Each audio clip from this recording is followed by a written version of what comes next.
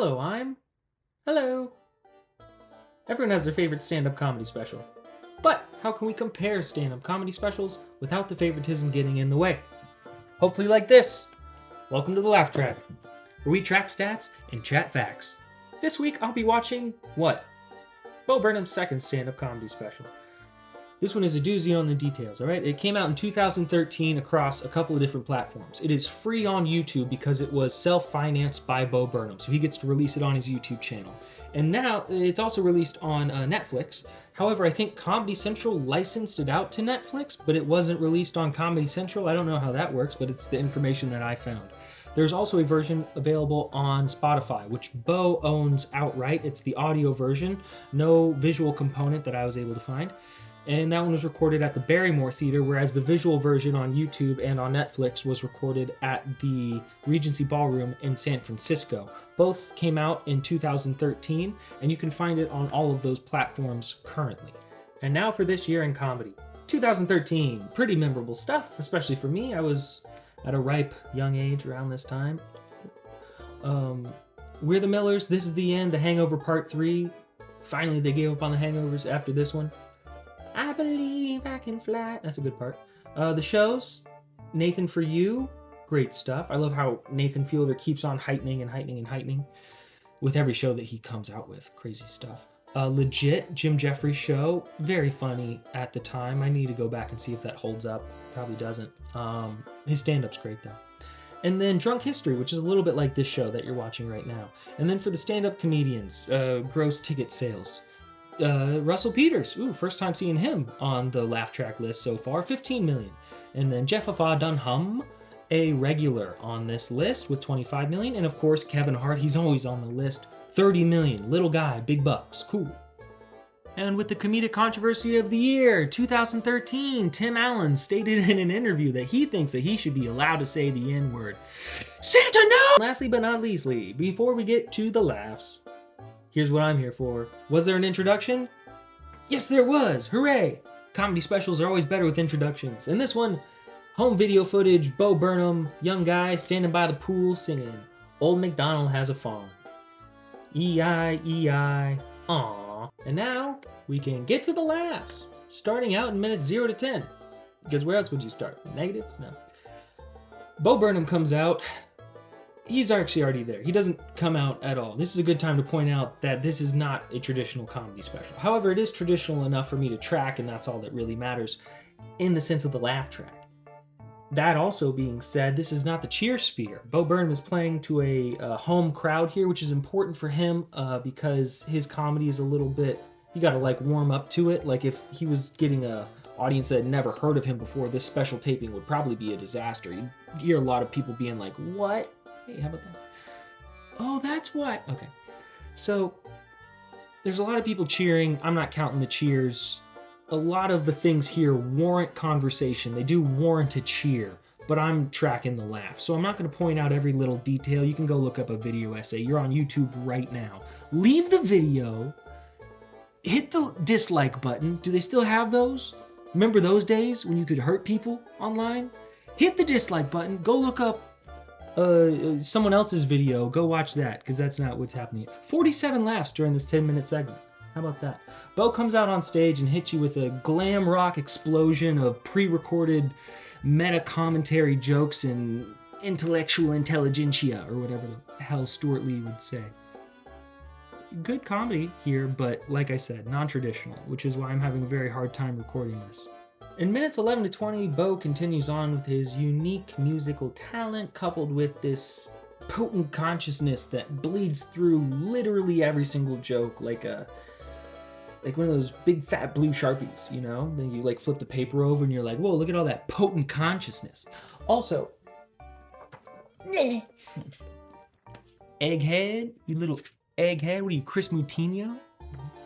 That's a 2018 Orlando City Soccer Club joke. Get it, everybody? So Bo does a couple poems in the show that he has in his little book from this one right here. And this was the hardest thing that I've ever had to track on the laugh track because I'm tracking laughs and I'm tracking bad words. And this poem is called I Fuck Sluts. And every other word is either fuck or slut or something like that. But luckily I have my own copy That's why I was able to annotate it. You know what they say, a Bible that's fallen apart usually belongs to someone who isn't. 37 laughs during this segment. Not a lot of laughs, but I already talked about that. Don't you talk about it now. This 10-minute section is a good time to point out that this comedy special does a better job at dissecting itself than I could really do from my own little armchair dissector. Also, armchair psychologist, that's a fun game to play during Bo Burnham specials. You could just be like, what the hell happened to this guy in his past? Was he this? Was he that? Especially during this special. There's a lot of little clues here or there that Bo, it's almost like a red herring game of Clue, where it's like Bo's dropping little things like, what happened to me? Ooh, I don't know. Or maybe he's not, and I don't know anything. 31 laughs during this section. Good comedy, but it's so hard to talk about without spending an hour talking about it. Maybe I'll start a podcast.